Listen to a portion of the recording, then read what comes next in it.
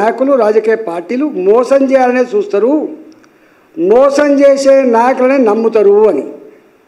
ఇక ఈ మాట అన్న తర్వాత ఇక రేవంత్ రెడ్డి గారు 6 గ్యారంటీల గురించి, 66 హామీల గురించి, 420 రకాల పనుల గురించి ఏం చెప్తాం మనం? మనకన్నా ఉండాలి కొంచెం. ఆయన స్పష్టమైనటువంటి అవగాహన ఉన్నది ప్రజల పట్ల, ప్రజల సైకాలజీ పట్ల, ప్రజల యొక్క ఆలోచన పట్ల ఇంత ఉంది. తెలంగాణ ప్రజలారా, రేవంత్ రెడ్డి గారు మాట్లాడిన మాట మరోసారి అవలోకనం చేసుకోండి. నాకు తెలుసు ఇవాళ ప్రభుత్వంలో ఉన్ననాడు ఇలాంటి వాళ్లకు వ్యతిరేకంగా నోరు విప్పి మాట్లాడగలిగేటువంటి సాహసం చేయకపోవచ్చు. దబాయింపులకు లేదా అవమానాలకు లేదా హరాస్మెంట్కి గురైతున్న భావన ఉండొచ్చు. కానీ నాకు తెలిసిన తెలంగాణ ప్రజలు, నాకు తెలిసిన భారత ప్రజలు ఇవాళ ఆకలినైనా భరిస్తారు కానీ అవమానాన్ని మాత్రం భరించలేరు. ధర్మం తాత్కాలికంగా ఓడిపోయినప్పుడు బాధపడుతుండొచ్చు కానీ అంతిమ విజయం ధర్మాందనే భావిస్తారు. భారత ప్రజానికం, తెలంగాణ ప్రజలు నీతికి, నిజాయితీకి మాత్రమే పట్టగలుగుతారు తప్ప మోసగాళ్లకు ఇవాళ మాట ఇచ్చి తప్పిన వాళ్ళకి ఎక్కడ కూడా తాత్కాలికంగా సపోర్ట్ చేయకపోవచ్చు కానీ అంతిమంగా మాత్రం బొంద పెడతారు. ఇవాళ 2023 ఎన్నికలలో నేను ఎన్ని ఫ్లైఓవర్లు కట్టినా, ఎన్ని కిలోమీటర్ రోడ్డు వేసినా, నేను రైతు బంద్ ఇచ్చినా, ఈ పథకం పెట్టినా, ఎన్ని చెప్పినా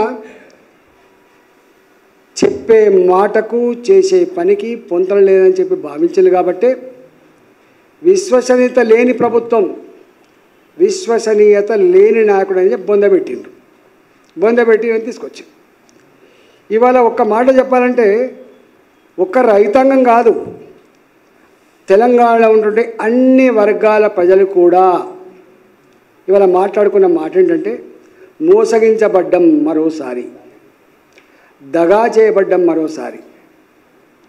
ఎక్కడ పోయినా అదే మాట్లాడుతుంది. మేము తిరుగుతున్నప్పుడు అధికారంలో ఉన్న వాళ్లకు అద్దాల మెడలో కూర్చొని ఉంటారు కాబట్టి వాళ్ళకు ఏం కనబడవు. ఆహా ఓహో అని చెప్పి పొగిడేవాళ్ళు వస్తేనే ఇష్టపడతారు తప్ప ముక్కు మీద అయ్యో నువ్వు ఈ మాట అంటివి, ఇది అమలు చేస్తలేవు, అయ్యో ఈ కరెంటు మనం వచ్చినాక రావట్లేదు, ఈ మోటార్లు కాలిపోతున్నాయి, ట్రాన్స్ఫార్మర్లు కాలిపోతున్నాయి, పంటలు ఎండిపోతున్నాయి అని చెప్పి ఎవరైనా మాట్లాడిన అనుకోండి, నీకు ఎక్కడ తెలిసిందా, నీవు ఎక్కడ చూసినావా అని చెప్పి ఎదురుదాడి చేసే ప్రమాదం ఉంటుంది. కాబట్టి అంటే ఇవాళ రేవంత్ రెడ్డి ప్రభుత్వం కూడా అద్దాల మెడలో కూర్చొని నాకు 5 ఏళ్ళు అధికారం ఇచ్చిండ్రు, నేను ఏమైనా చేసుకుంటా, బ్లాంక్ చెక్ ఇచ్చినటువంటి అహంకారం తప్ప ఇంకోటి కాదు. నేను ఒకటి స్టేట్గా అడుగుతున్నా, తెల్ల రేషన్ కార్డు ప్రామాణికం అంటున్నాను. తెల్ల రేషన్ కార్డుకి ఎవరికి వస్తుంది? చదువుకున్నాడా ఎప్పుడైనా? రేవంత్ రెడ్డి గారు చదువుకున్నావాను. 3.5 ఎకరాల తరి పొలం, 7 ఎకరాల కుష్కి పొలం, ఇది ఉన్న వాళ్ళకు మాత్రమే తెల్ల రేషన్ కార్డు వస్తుంది.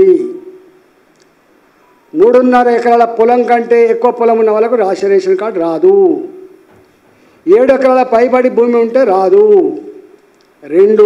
రెండవది 10 ఏళ్ళు అవుతుంది. నేను కూడా మన మంత్రిగా ఉన్నప్పుడు మా ముఖ్యమంత్రి గారు చెప్పినాం అన్నాడు, తెల్ల రేషన్ కార్డు ఇవ్వక 10 ఏళ్ళు అవుతుంది. మరి 10 ఏళ్ళ నుంచి తెల్ల రేషన్ కార్డు లేదని నువ్వే చెప్పినావు. మీరు ప్రభుత్వం రాగానే రేషన్ కార్డుల కోసం దరఖాస్తు తీసుకొని ఇప్పటిదాకా ఇవ్వలేదు.